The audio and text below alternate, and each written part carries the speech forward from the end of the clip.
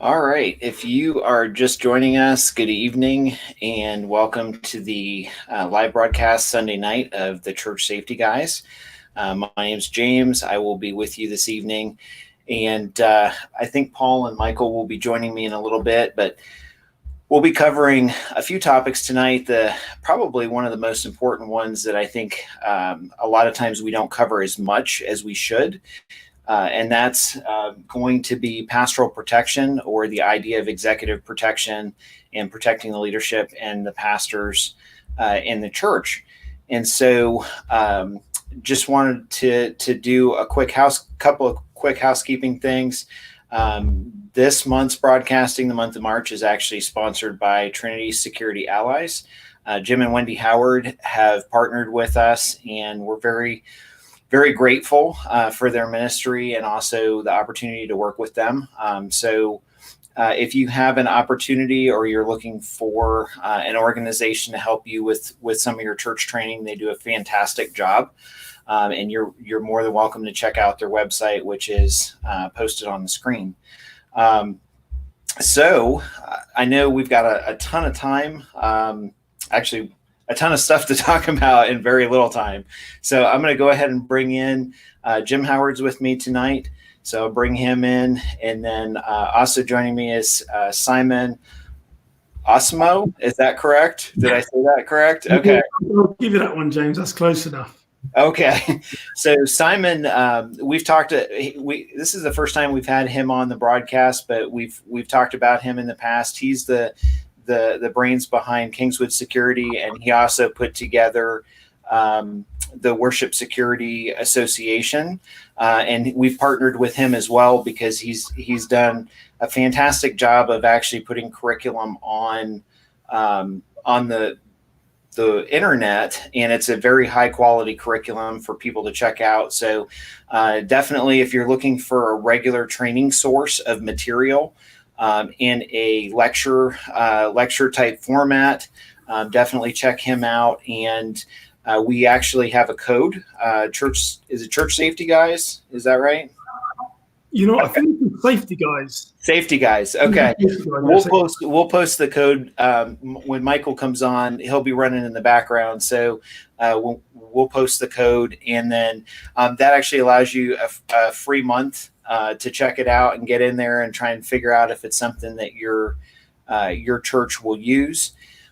So for those of you watching tonight, and if you just joined us, if you can, go ahead and list your church name and where you're hailing us from tonight, and also with StreamYard and with Facebook. If you are able to, you can click on the permissions and through Facebook, and that'll actually bring your comments into our broadcast studio. So tonight we will try, as we go through, like I said, we've got this great topic we're talking about, and about 45 minutes to do it in. So I think we'll be moving along. But if you guys have any questions during the broadcast, please, or even after, if you're watching this after, feel free to post them. And usually what we do through the week is we try and do watch parties and live stream, so people can be aware of the most recent content that we've done, and kind of get it in their schedule. But we still monitor those. So if you happen to watch this at a later time, feel free to comment, and we'll try and respond to your question or that sort of thing. So let's jump right into it then, guys. Let's talk about the idea of executive or pastoral protection. Why? I'll throw this. Actually, Simon, why don't, if you could, let me turn over to you. Why don't you go ahead and explain your background and tell us a little bit about who you are, and then we'll jump into it. Yeah, cool. So I think, you've mentioned me a bit before. I'm the Brit that you talk about, James. So I don't know if StreamYard, does it do subtitles, but you might need it for some of you. But yeah, I sort of spent 14 years in law enforcement in the UK, investigating organised crime and terrorism, sort of moved to US in 2011, spent time at Mall of America, working in various different federal agencies. And really, I've been a lifelong Christian. And it was I think it was around 2012, 2013, where I spoke at a church by invitation. And really felt the calling to help out in security ministry. And you're sort of going back 7-8 years now, and that was before a lot of the mass shootings that we've been seeing, and a lot of the human brokenness which has really come about in the last couple of years. And it's been interesting seeing my own journey as to how it's changed. And obviously that's one of the reasons why I created the Worship Security Association, was an online platform where smaller churches can get access to sort of key training. So a little bit about who I am and what I've done. And, I support sort of small churches to larger churches. I think in around 10 or 11 different states right now. So it's an interesting time for me as I try and work out how I can grow my own ministry and support more churches. Sure. Great. So, and that's honestly, and I just want to say real quick, that's one of the reasons why I think our three ministries have really done well so far, kind of working together, and why one of the reasons why I like partnering with both of you guys so much is because there's a lot of folks out there right now that are just trying to capitalize and look at church security as kind of like an opportunity, like a flash in the pan. This is a get rich quick thing. I'll be able to jump in and I've seen it. I've had churches reach out to me and say, hey, this company wants to charge us $1,500, $2,000, right, to do training. Does it look like a reputable company?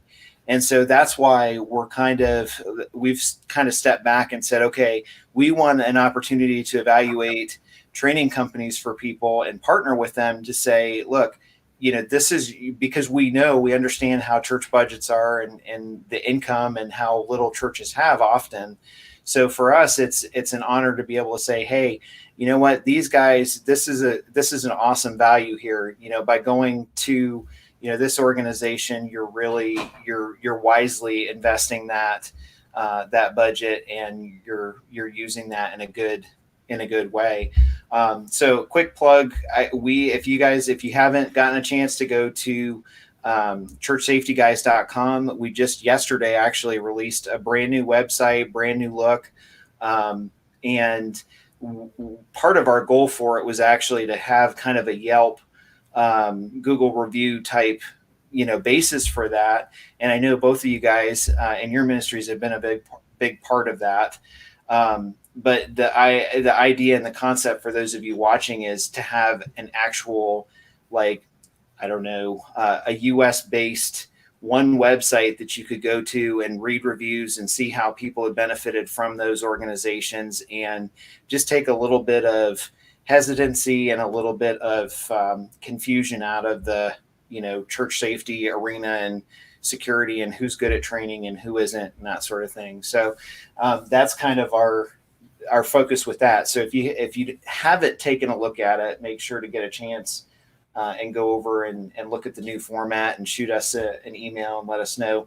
The other thing too is we put events and that sort of thing on there. So it's really nice to be able to go to one website and see, oh, this conference is going on over here, and this training group is doing this here. So as we grow, I actually had one company in the North Midwest up in Michigan reach out to me, and so as we grow, obviously, or hopefully, Lord willing, that's going to grow a little bit better and bigger as well, and we'll be able to do that. So yeah, and Jane, just quickly picking up on your earlier point, about this is I think me, you, and Jim, I know we call this security ministry, and I most probably give more away than what I charge for. I'm sure Jim's the same, and I know you are. So I think there's also a word of warning for people, but be mindful of those, as you mentioned, that are overcharging, because those that do it with the heart of ministry, quite often I can spend hours on the phone talking to a church and I don't charge them, so this sort of that Dave Ramsey, it's got to be the sort of the heart of a teacher behind this, because ministry is very different than most other environments. So,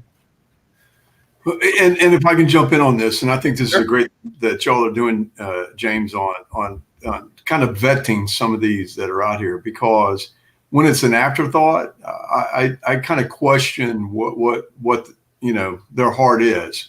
When you go to their webpage and they're showing military, or the president of the company is standing there with a bulletproof vest and a shotgun in his hand. I start to get a little leery of, exactly where his where he really is trying to focus on. And, Sure. there's a company out here, a national wide company. They did a lot of work. I won't mention their name, of course, but they did a lot of work with schools, and they were known. I mean, they were really known for it. And so they decided one year that they were going to jump into the churches. And when they came out and started doing the teachings on the churches, they kind of fell flat because they weren't talking about God. They were talking about, setting up these teams, military, attack teams. I mean, all these different things like that. And there wasn't really any discussion on this. Sure. Is all about expanding the kingdom of God and making sure that we're clear on that. So I really appreciate what y'all are doing, and I'm really excited about it because there needs to be a place where people can go out and kind of look and see who's doing the right stuff. And, I don't know how much trouble we would get in of saying stay away from people, but well, yeah. I occasionally I do that offline, as I'm sure all three of us do. But I had a chance to just to echo what you're saying. I had a chance yesterday to go down and talk to a gentleman and meet a gentleman in Cincinnati, and he will probably be. Hopefully, Lord willing, he'll be joining us and partnering with us as well. But just listening to him speak, one of the things that struck me was, and he's been a member of our group for, the Facebook group for a long time, several years. And one of the things that he said was that if someone's on the safety team, and he had a unique way of putting it, but he basically said, you shouldn't be on a safety team unless you have the ability to lead someone to Christ and minister to Christ. And his emphasis was, before you go out and you train tactical, train your team to minister and to be able to support and witness, because of, and he had the statistics of, separation and divorce and that sort of thing in the church and what we're seeing. But as soon as he said that, I was, in my heart, I was kind of like, wow, that's awesome, because I've sat through conferences where, supposedly, like you said, Jim, supposedly it was like, hey, this is for churches, but there's very little meat, there's very little spiritual meat to this. It's just kind of like, okay, well, again, we're going to rebrand this. And I'm not trying to, with the discussion, I mean, there are tons of resources out there. I'm not trying to badmouth anybody or say, these folks are better, but, or worse or whatnot. But the reality is, I feel like you can tell very quickly someone's heart. And when they're looking at it like a ministry, I think God blesses that. I think it comes through and shines through. And, I think churches see that typically, but, for a congregation of saints that's trying to figure out where to start and where to go, often they're kind of scratching their heads and they're saying, okay, I don't know, where exactly I should even start, with this and that sort of thing. So I think it's always a good opportunity to be able to,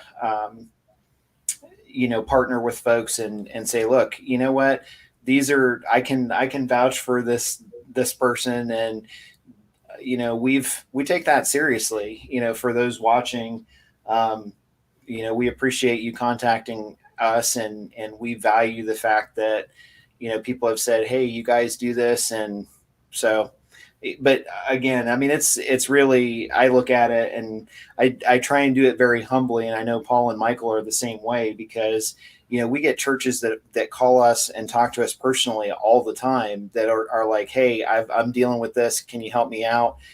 And, the reality is there's a lot of need out there for the right ministry based groups and organizations. So, When it is a lot, James, into the conversation that we're having about, the culture and environment of a church, even talking about executive protection or pastoral protection is very different when you're talking to that sort of church leader. I don't know if you want to kick the conversation off, or Jim to introduce himself, but sure. I'm desperate to be let off the leash. Go ahead, Jim. I'm sorry. Yeah, I'm sitting here watching this clock tick right in front of your face there, James. We're a nonprofit, Trinity Security Allies. We're down in Florida, but we go all over the country. I've got 2 coming up in April at Cedar Rapids, Iowa, and then I'm going to be in Wisconsin also. So we're all over the country, but we're faith-based. I mean, we base everything that we do through the Bible. Sure. I mean, everything that we do has scripture based behind it. And so, God's been good. We started this back in 2015. I've got 36, almost 38, really, if you add my military experience in law enforcement. And so it was just one of these things of where, James, I think I told you about my past and what happened in when I was 16. God's been working on this ever since then. So this has just been, it's come around full circle. And Simon, when we talk tomorrow, we'll have an opportunity to go into that. But I really would like to, get to what we were going to talk about tonight, because I think it's very important of what you brought up. But I think we have to look at, and I want you to understand, having done executive protection for the World Bank in DC, I understand what we're talking about. Having been trained by Robert Oatman up in the Baltimore area, I don't know if you know who he is, but he's written several books on executive protection. And I think that this is important, but I want you to stress your points, but I'm going to kind of do a counterpoint on it. And I'll explain it to you later. It's not disagreeing with you. It's just that we just now have churches starting to pay attention to church safety and having safety teams. Now to say that you're going to put a person, I was reading your notes and things like that, have a person that's dedicated, or a team that's dedicated to the pastor, you got a lot of selling to do. I would just say, it's a new concept to them. Sure. But I want you to get started on your stuff, really, because like I said, I think it's a very good topic. And I just want to add things from my point of view and things that I've experienced when we've tried to do some of the stuff that you're talking about in here. So please. Sure. Get us started. All right. You ran down the gauntlet there. I like it. It's all good. Well, James, I think the first thing I would say, and it sounds like me and Jim are going to be sparring tonight, which is in a nice way. But, I guess when I look at it, for pastoral protection, the pastor, religious leader, they are the heart of the ministry. Everything flows through them. And I think the two ways to look at it are the sort of inside of a church and outside of a church. And Jim, maybe for James's listeners, I'll start with a story that actually this happened at a church here in Minnesota, and I gave advice to them where the senior pastor, worship pastor, it was Friday o'clock one evening, Friday 9 o'clock, and a member of his congregation knocked his door. Now, this member of the congregation has some sort of mental illness, and was clearly the pastor wasn't expecting him to turn up at 9 o'clock at night. And then the security director of the church had to then spend the next 2 weeks trying to remove the pastor's home address from online because, utilities, you just typed in his name, Simon Osmer, and everything came up. So I think before we get to the key point that you mentioned about, someone being with a radio, with a firearm, doing executive protection style of a religious leader, I think it's important to look at the outside of the church first as to how do we just educate them surrounding, do you understand that you are the heart of ministry and everything flows through you, and there's dangers in your personal life that can spill into the worship center. So I think that's one of the key points is just raising back general awareness surrounding, do they know how important their role is for the community, because they might not think of it like that, but someone's going to turn up at 9 o'clock on a Friday, and then what do I do to respond?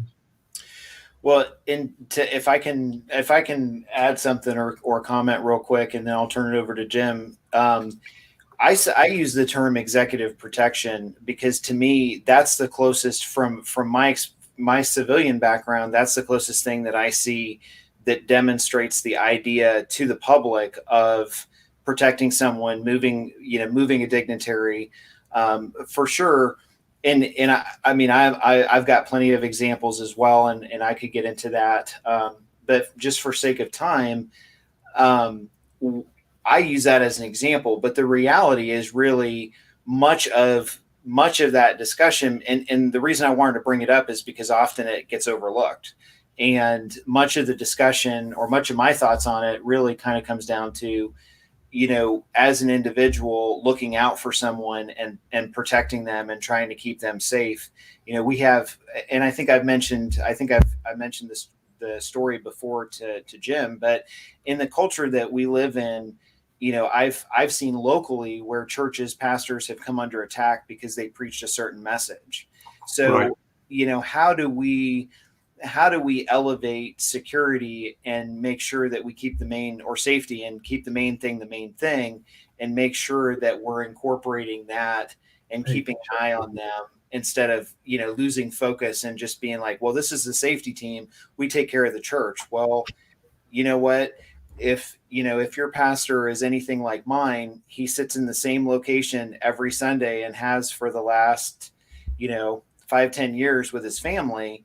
And if, the idea that somebody could reach out to him uninvited, or, not necessarily in an appropriate way, often that gets overlooked and not thought. And that's fine, because, he's a great guy, very gracious.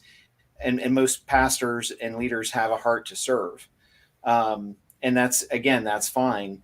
I've been in a few situations where, I've said, okay, we need to change, like, looking at what's going on. We're having this guest speaker. We need to change this approach. I would like to talk to the guest speaker. I'd like to say, what do you have going on? Let's do more of a soft threat analysis, or figure out what the potential could be. So, well, and Simon, so far you and I agree on everything. So I'm joking. So far we agree. You're okay. It's one of these things where I think that protecting the pastor is a continuous growing process. Sure. Because to give you an example of what I'm talking about, Simon, in your paper that you sent out to everybody, you listed Remington, who was at the Coeur d'Alene. I did a lot of work on that study. I studied that a lot.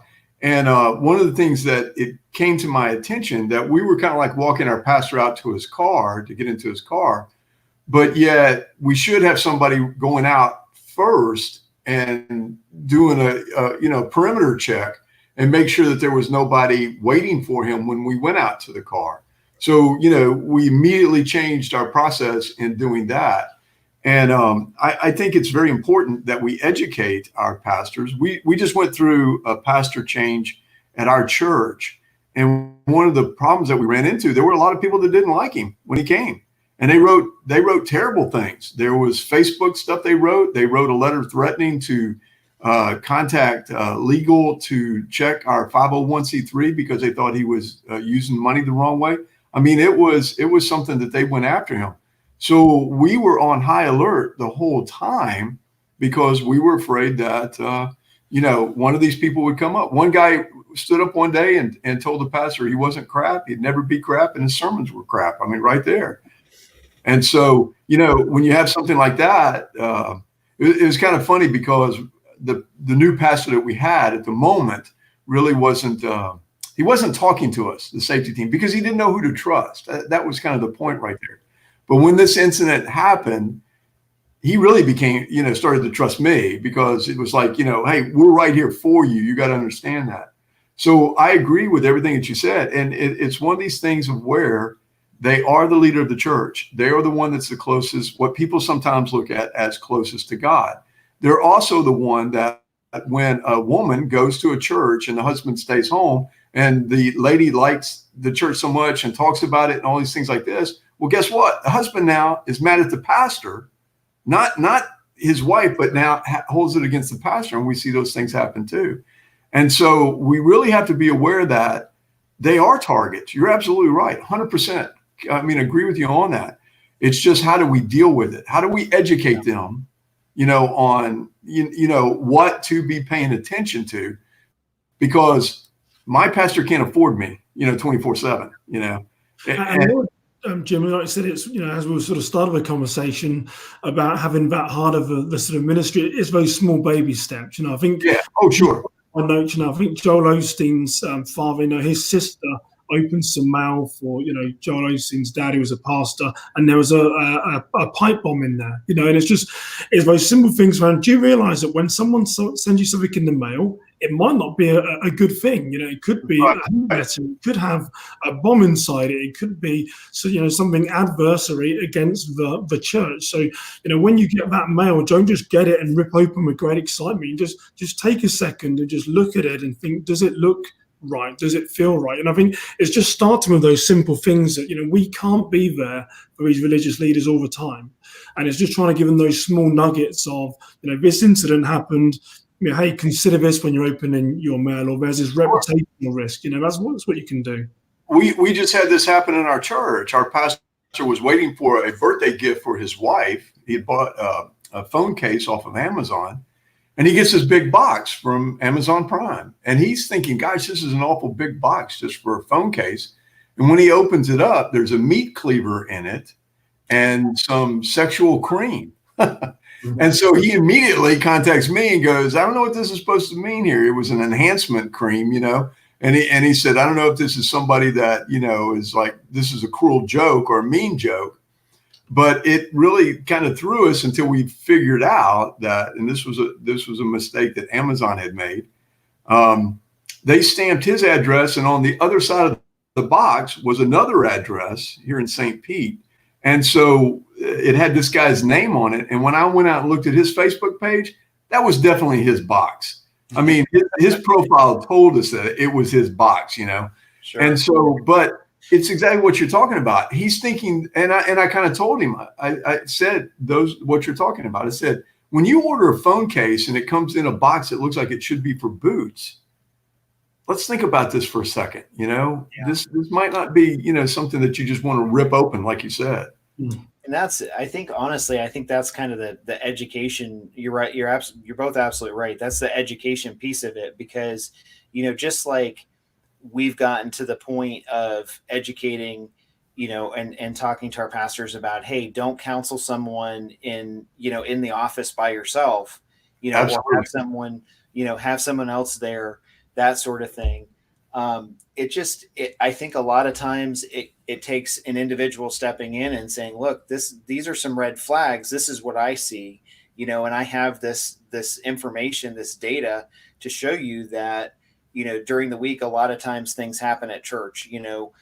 We had a church not too far from us, a country church, where they received a suspicious box on, Saturday night, Sunday morning. And so they called, the SWAT team and a few other resources out with the sheriff's office to try and address and figure out what that box was for. But, that's one thing. We get mail all the time, right? Everybody's always ordering through Amazon Prime. Everybody's always, shipping things, ordering stuff from wherever. We're a decent sized church. So if we can save money through Amazon Prime, we joke around about all of us having our own accounts, but that's true. So I think honestly, we've had, and there's been a few situations, at least in my time as being a church safety person at my church, where I've stepped in to the pastor and I've said, okay, let's stop, think about what you're doing right now. Think about, how you're handling this, and kind of pause for a minute and let me tell you something. One of the big things years ago, when I first started attending the church, was we would go out and do visitations. And we would have the pastor and a few other people go and visit people in their homes and that sort of thing. And I remember sitting down with the pastor, and I said, a long, long time ago, before church safety was even a thing. And I asked him, I said, have you ever practiced with a firearm? Have you ever thought about carrying a firearm? And he kind of looked at me and he's like, well, I know how to shoot, but I would never carry one on visitation or anything. And I said, well, but you're putting yourself in an unknown environment. You're walking into somebody's house that you don't know, right, what's going on, what that environment's like. And they're seeing you as a pastor of this church. So tie it into somebody that's had, marital issues the last, however long, and they've been going to that church, and now all of a sudden you're putting yourself in their environment and you're saying, hey, I'm the guy that, maybe your wife's been talking about by coming to our church. All of a sudden, that just throws up flags all over. So Jim, you mentioned an exchange of trust, and I absolutely agree with that. I sat down with my pastor and I said, these are the individuals that we've trained specifically apart from the team. The team does the team thing. These folks, when something happens, they hang out with you. We call it shadowing. But if we go to a different level of concern, then we'll ask, I'll call an individual that is more personally known and trusted by the pastor. And I'll say, hey, I need you to shadow him today because there's some family stuff going on, or we've got this, this threat going on, or that sort of thing. So, but I mean, for the smaller church, thinking out loud here, it's a challenge. Sometimes it's a challenge to go out to, the pastor is always the first person there and the last one to leave, right? So for some churches, it's hard to say, okay, we're going to have a volunteer there absolutely every second that he's there. Yeah, part of it, James, is coming down, the in church, if you've got a safety team, all those other people around, if the religious leader has some type of protection, I think it's reminding them and educating them when they walk out that door and go home. I mean, Jim knows from his background, the executive protection, it doesn't start when you drop the person off at wherever the meeting is, and then you collect them afterwards and they get in their car and drive home. It's door to door. And so in the absence of that, we've got to sort of, what can we do with our pastors and religious leaders to educate them when you're on your own? Here's some simple things that you can do. I mean, one of the things that I do, and my security director for my church is a member of your group, but I have Google alerts running on key people. Staff included, myself. Anytime that my name is runs through Google or appears anywhere, I get an alert. And that's very simple to create Google alerts and just create them on your religious leaders and key staff. To start building that threat picture when you're looking on social media, just going in and typing in your church, and the person, and just seeing what's out there. That's how you're going to sort of start building that threat picture surrounding what's truly going on outside of worship. Sure. You were going to mention something, Jim? Well, when you talk about social media, we use that a lot. I mean, that's we've had churches contact us. We had a church one time that was doing they were honoring first responders, and so it was a weekend all about the first responders. And they were having the wife of an officer that was killed, and they were having 2 officers come in that had been wounded, and so they had posted on Facebook a kind of a 30-second little commercial about what was coming, here real soon. And all of a sudden this guy posted something on there about, that policemen were nothing but murderers and killers and all these things like that. And they just they kind of freaked out on it. And so they contacted me. And of course, I was kind of happy the guy posted on Facebook. So I went, pulled him up, looked at him. I found out he lived up here in Escambia County, which is about 8 hours away from us. But there's a whole bunch of pictures of him. So we're printing out these pictures and giving them to the safety team saying, hey, you see this guy, he had a picture of his car. You see his car come on the lot, let somebody know, get on the phone, start calling local law enforcement. So it is an education. Simon, you're talking about they're the first to come in and the last to leave. One of the things that we were trying to do is to get them to lock the doors when they came into work, because they're known for going into the office and leaving the front door unlocked so that other people can come in. And they usually go in at 6 o'clock in the morning, and the first person doesn't show up until 8. And all of a sudden they got somebody standing there next to them that is like you said, a husband that was upset with his wife and what she was hearing from church.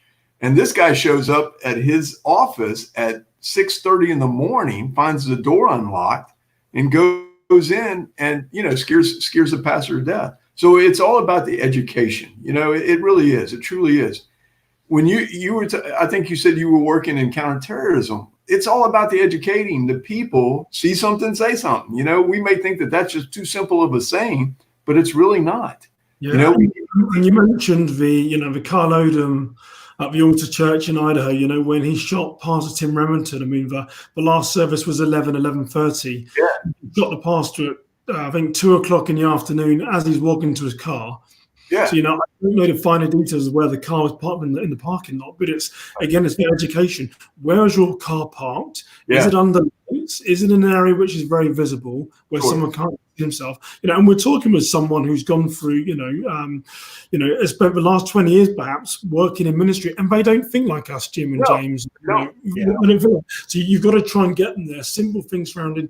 Be conscious of where you're parking your car. You know, there's that in ministry and out of ministry. When you take your dog collar off at 2 o'clock and you walk into the car, well, you're still a reverend in the Episcopal Church, which has risk.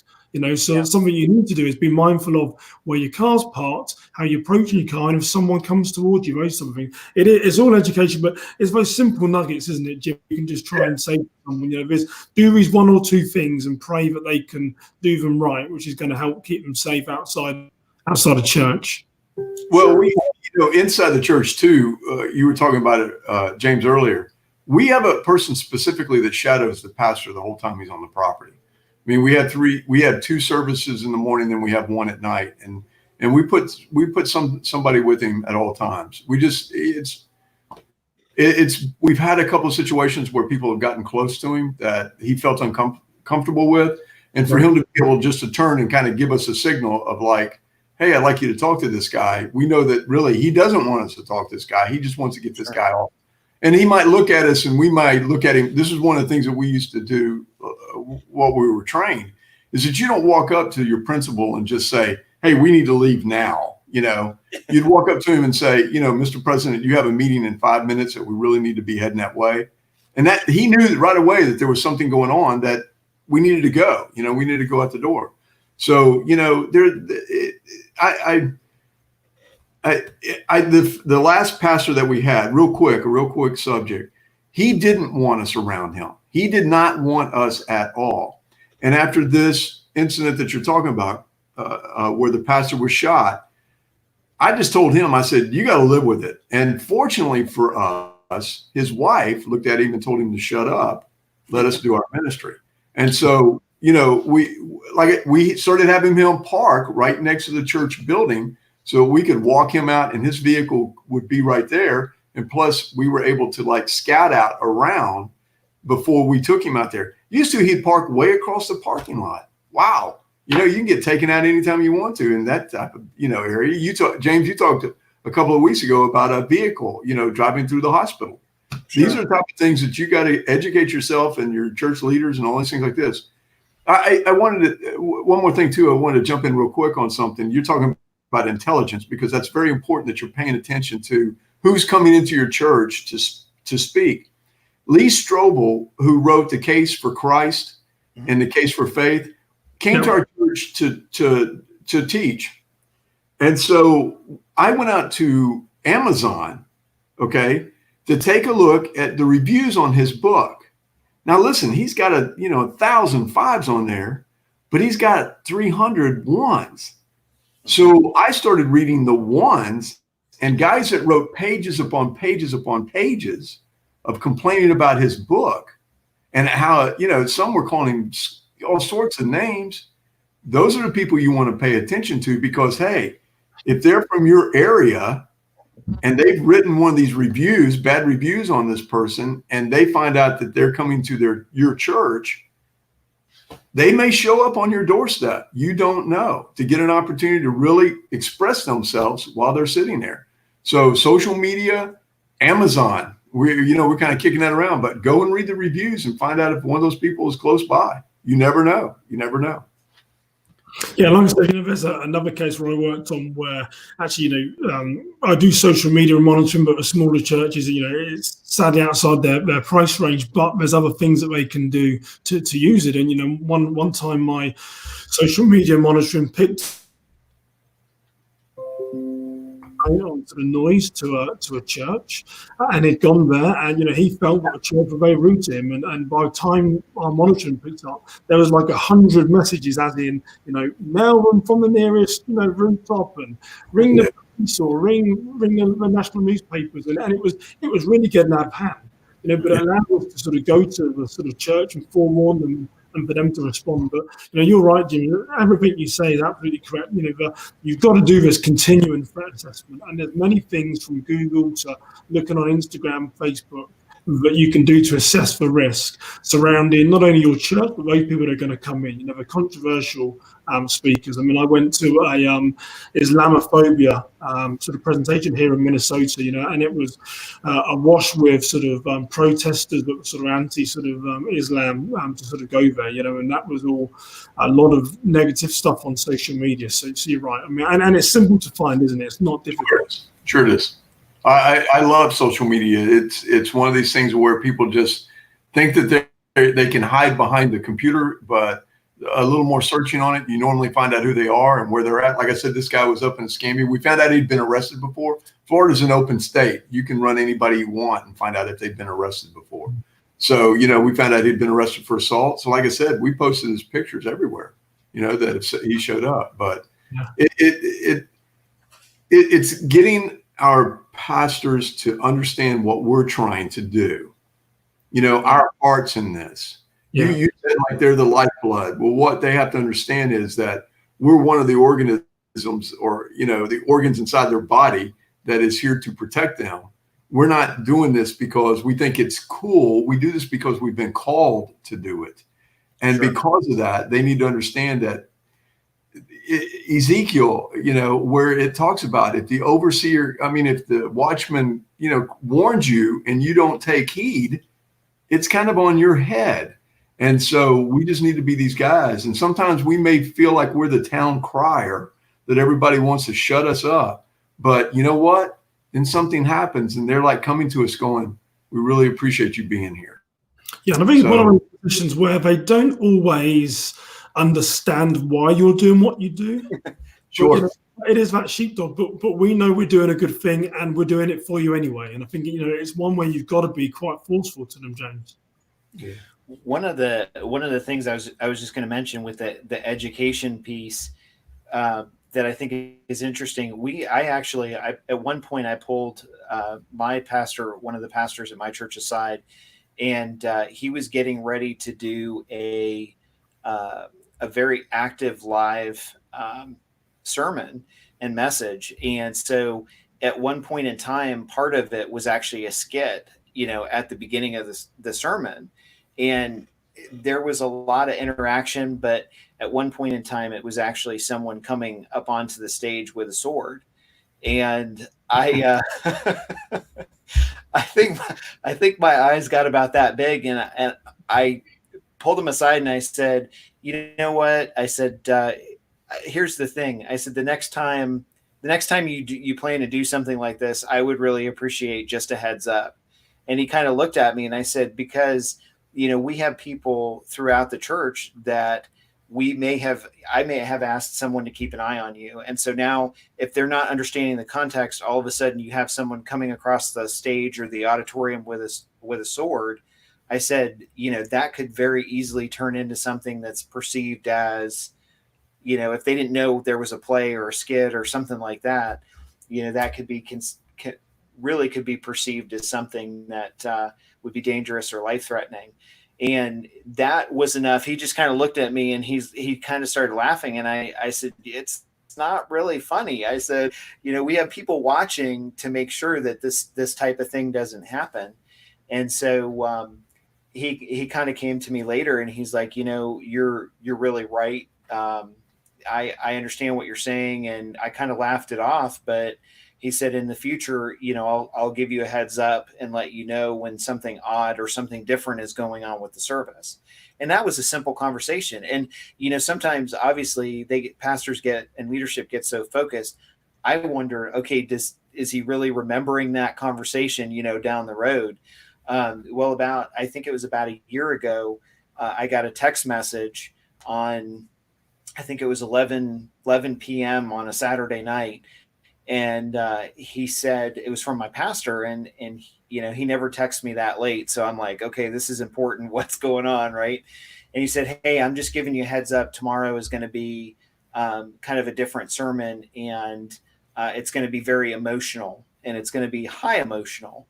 And so I'm like, okay. And he's like, I really don't want to talk about much, but I'm just letting you know I can't talk about it, but I'm letting you know that this could this is going to happen. And so that was enough for me to say, okay, if it's a topic or if it's something we're doing or that sort of thing, okay, he remembered the conversation. So it was enough for me to say, okay, let's have some extra people here and here and kind of, um, divide and conquer a little bit better with, how we were handling that situation in the service. And nothing bad happened at all. The service went great. There were no issues at all. But I think honestly, a lot of times the easiest way for churches, if you're listening to this and you're like, well, my pastor will never listen to me because we barely have a safety team. I think the biggest, I don't know, note, hint that I could say is, you know what, just talk to them, just go up to them and have a simple conversation. It doesn't need to be condescending. It doesn't need to be, you getting in their face and being like, hey, you guys need to do this different. Just a conversation in love to say, have you thought of this possibility? Like, have you thought of these steps? Because often, I found, at least with my pastoral staff, that oftentimes me just having that conversation and saying, look, consider all of this, consider what happened at, White Settlement, consider, and for us, for my church, that was a game changer because one of our pastors that oversees the money came to me and said, what do you think of White Settlement? And I actually had the same opinion you did, Jim, that you thought it was a robbery, botched burglary. And so I said that to him and he kind of looked at me. He's like, well, why do you think that? So I kind of went through some of the thoughts and steps and stuff like that. And so he was like, wow, that's completely changing how I look at, this topic. And I said, well, it should, because, for years, we've been a funnel to help people, right, in our community. And as such, we've just assumed, oh, okay, if I tell this person I can't help them, they're going to disappear and be good natured about it. And so now we've gotten to that point where enough example and precedent has been set that, quite honestly, a lot of those folks don't want to disappear because they know that we have resources and they want those resources. So yeah, that's good. And I think what you just said in there, James, well, but I've done this at my church, but we've got a very sort of strong safety team in place now. Is that if someone recognizes the threat and they believe their pastor or religious leader doesn't, sit behind them. Again, be that sheepdog. If you haven't got their buy-in, being around the area, I'm able to respond. And when something does go wrong, as Jim said, they're going to be the first to pat you on the back and say, well done, and say we need it. So I think there's no harm in ever putting yourself in that position, that knowing that you're there to respond, even though that they don't want you to be there. Talking about West Freeway there for a second. We just had a church in Pasco County 2 months ago where a guy pulled up and asked for money, and they told him, it was on Wednesday night, and they said, we don't take offering. He got into a verbal argument, and it was a safety team member, that the leader, who was talking to him. And right toward the end of the conversation, this guy just looked at him and said, if you don't give me money, I'm going to cut you up and everybody else inside the church. Kevin immediately backed away and called, 911. But what people don't realize, and when we talk to people about this, in 2016, because I can't find 17, 18, or 19, there was 109 robberies to churches across the United States. 109. And there was 55 purse snatching. So if you that's kind of a robbery in itself. But these things are common. They are common. So we need to start thinking about this. And education is like what we said. When we see these things happen, we may have to change a policy or procedure, but at least we're growing. That's the intelligent way of doing it. And you have to get the buy-in with the pastor. My pastor right now, buys into, all I got to do is go sit down and talk with him. And he goes, this is why we have you in the position that you're in, so that you can educate us when things like this happen. So I'm fortunate. I'm blessed right now that I have like I said, a pastor just listens to us all the time. So. Yeah, one thing I want to cover, James, I know we're sort of starting to run down in time, but I think I want to just touch on it and actually really get Jim's expertise on this. He's the sort of the type of person or the background of person that should be doing the executive protection or pastoral protection, because, like Jim, and I'm sure yourself, James, I go to a lot of churches and assess teams. And Jim went over because he's a former cop like me, I see a lot of people with a coffee in their hand, and they're sort of they're leaning against something, because police officers love to lean.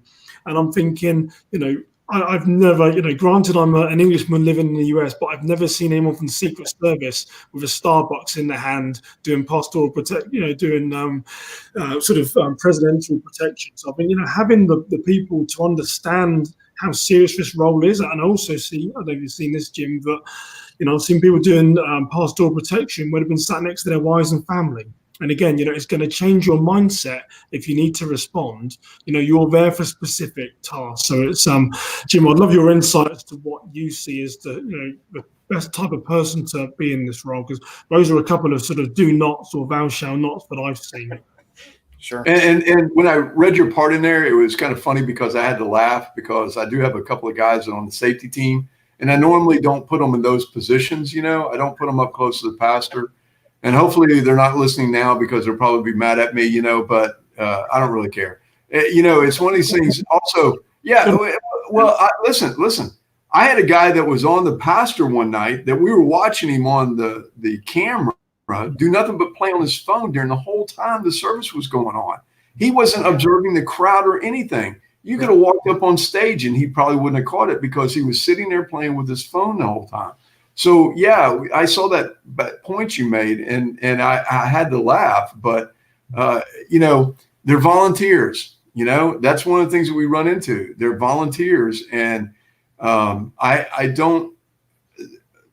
A large majority of my guys that I have on my team right now are not military or not police. I have some good military and police guys there, but a lot of the team members are civilians. They just have that heart of wanting to serve and be a guy that would jump in if you needed something. But they gotta be educated also. I mean, that's why training is so important. We train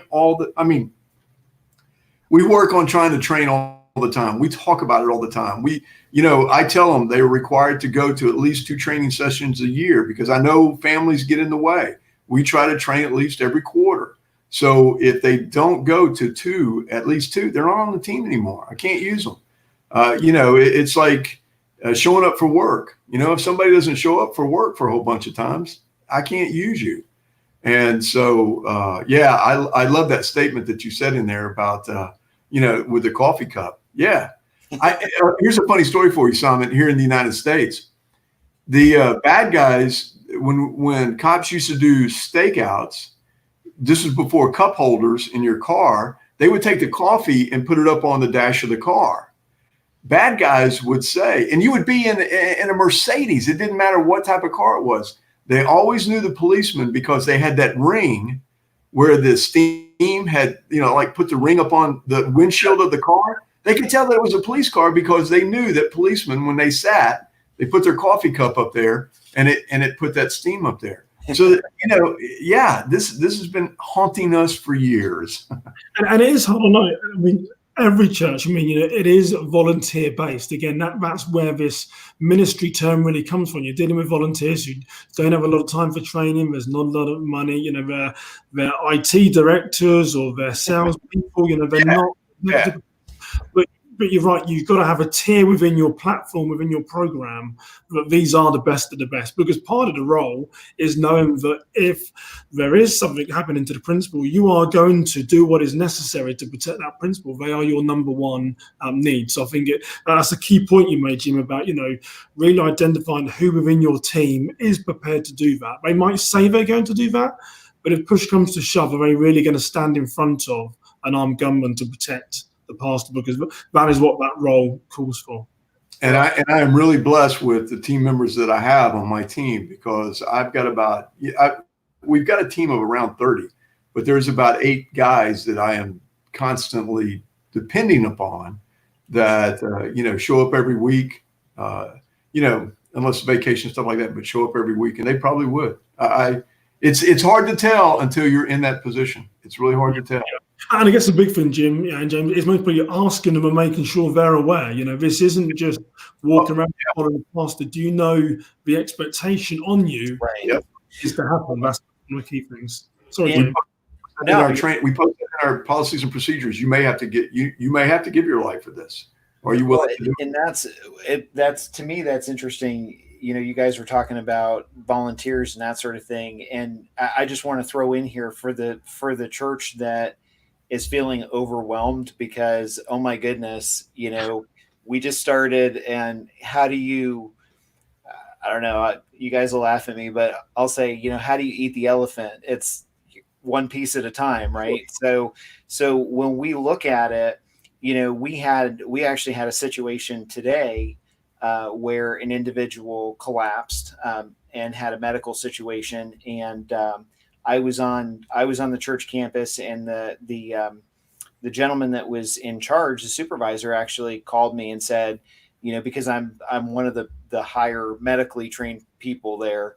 He called me and said, "Hey, could you come help with an assessment? We're calling an ambulance and that sort of thing." So I showed up, and then all of a sudden, and for my folks that are watching, they'll probably yell at me or send me hate mail too. But I use it as an example because all of a sudden people started showing up that were supposed to be stationed at a certain area or that were not on the schedule at all.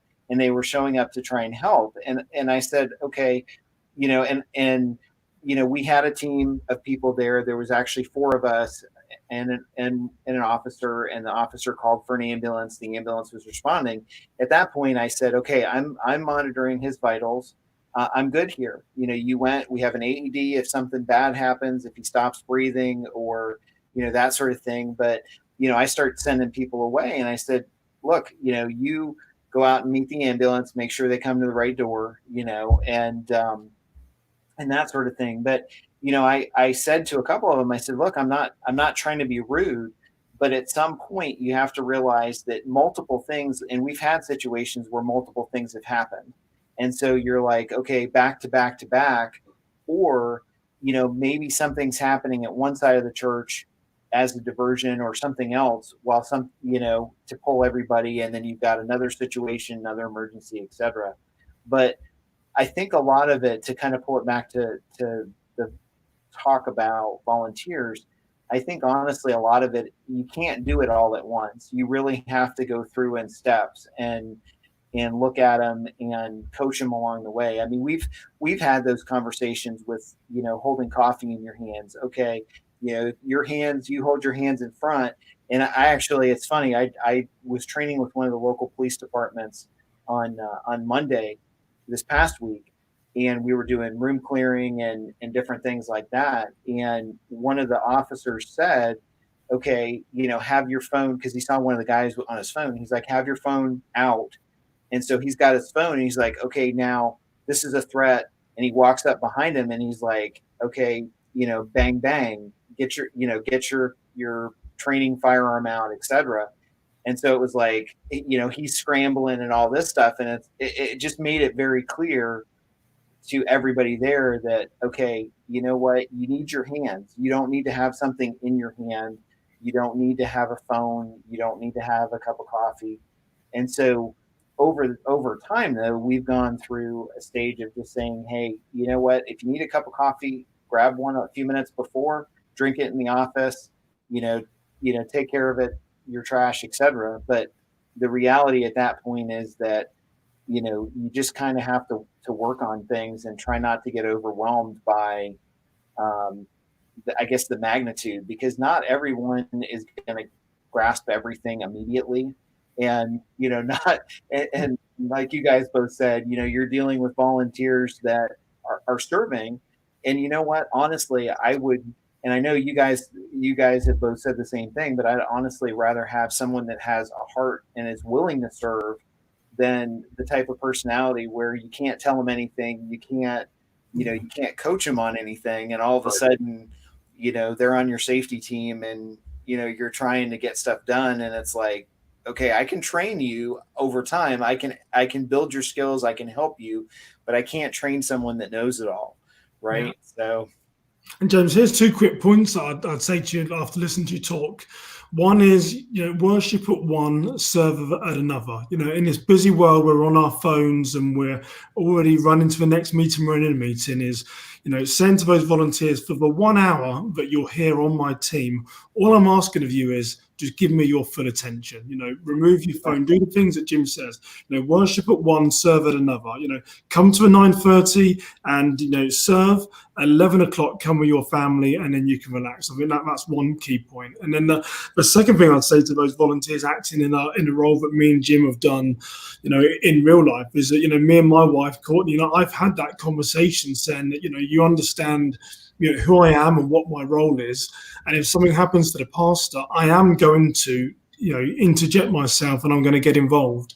And that is very freeing for any volunteer to know that I've had that conversation. I'm not thinking about what's my wife going to say, what's my family going to say. My wife knows the personality I am. I've told her that my role is to protect those church leaders, and I'll do whatever it takes to protect them. And she understands that. And going through that frees your mind. If anything does happen, I don't have to think about what my wife's going to think. I'm already in there running towards the danger. I don't know, Jim, you're a retired cop. I'm sure you're very similar. You and your wife have had numerous conversations about, what does it mean when you go to work, and in these church roles, insecurity. I think it's a valid conversation. Yeah, I mean, we've had that. It's kind of funny. I tell the story that there was a time when, like, I couldn't carry a gun on me, so like you give it to the wife and let her carry the purse. And if you look at her and say, "Give me your purse," you teach them not to say what for. It's already too late. And so I do. She understands. She comes and sits with me during worship, but she knows that I have gotten up and walked away before, and she has not looked at me and said, "Where are you going?" She just knows I'm moving because somebody has been calling me or something's been said, and I need to go take a look at it. Now, when I come back, she'll look at me and go, "Is everything okay?" And I go, "Yeah." It's training. I just keep going over and over and over again. It's training. James, I'll go back to kind of what you said. I want a person that I can train and not somebody that's going to argue with me on every point. And so far, like I said, I'm blessed. I have some of the best guys. I will put them up against anybody because they just have that heart. That's it. They have the heart, that Christian heart, that they're ready, willing, and wanting to learn. And it's just a blessing. It really is. So. It's funny because when I get that phone call, and when one of the pastors calls me, my phone usually rings with a different ringtone, and it overrides, because normally I have my phone on vibrate. So when someone calls me, typically it starts ringing right away. So it's funny because often my wife will look at the level of my brow, if it's furrowed or not, and she'll be like, "Okay, is same thing as yours, Jim." It's like, is everything okay? Is there a reason I shouldn't go to church tomorrow?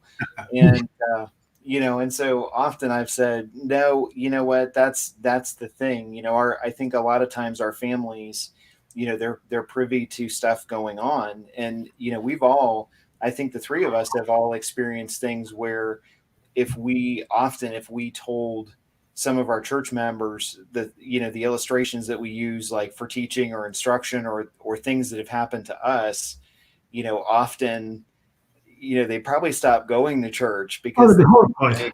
My goodness. Behind the curtain, they'd be horrified. But, and that's the key thing, is they don't need to see behind the curtain, because we'll keep it closed and monitor it for them. But yeah, you're right. It would scare them. For sure. Awesome. Well, we have exhausted our hour, so we can go ahead and wrap it up. So I appreciate both of you guys hanging with us tonight, and respective of time. We definitely will have both of you on again, and good discussion. I appreciate not having to get out my boxing gloves or anything like that. Jim laid down the gauntlet earlier. It's like we're going to. This is going not like me. We can talk about that tomorrow, Simon. You guys. All right. Well, I will pull you guys out. You guys have a nice evening. Thanks a lot. Thanks for having us. All right. So real quick, I just want, I appreciate both of them coming on tonight. I just want to make a quick comment that this Sunday night, we will actually be broadcasting live at the third annual Northeast Wisconsin House of Worship Safety and Security Symposium. So that's actually up in Green Bay, Wisconsin. I'm not sure if there's still tickets left available for that. You can reach out to Jason Weber in the group if you're interested in attending that. I know since I believe since we started talking about it, it's I think he said it was sold out or they have a waiting list. So that is really phenomenal.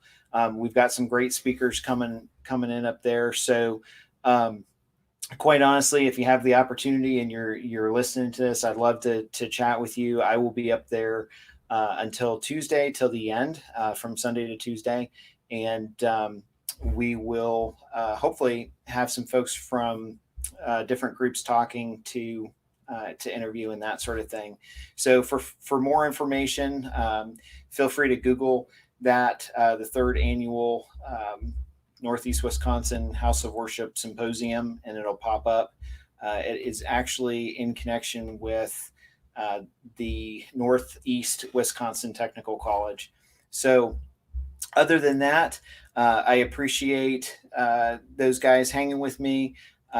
Simon is part of Kingswood Security and worshipsecurity.org. So I believe Michael posted some links. So check out his information and his webpage. And then also we have this month's broadcast being broadcasted by and produced and supported by Trinity Security Allies. And Jim and his wife, Wendy Howard, do some awesome training, and they're based out of Florida. And so you definitely want to check out their website. And actually, Jim has quite a few books that he's written and posted on there as well. So he has some great content that's free and very, very insightful and available for those that go in there and register. So other than that, I appreciate you guys hanging out with us tonight. Take care. Check out our new website, and you can go on there and look through company reviews, events coming up, message us, donate if you're so inclined. We are a nonprofit organization. We're still working on the 501c3 right now with the IRS. But check out our website. Let us know if there's something that we can change or add to make it more beneficial to you. And I will talk to you next week. So take care. God bless.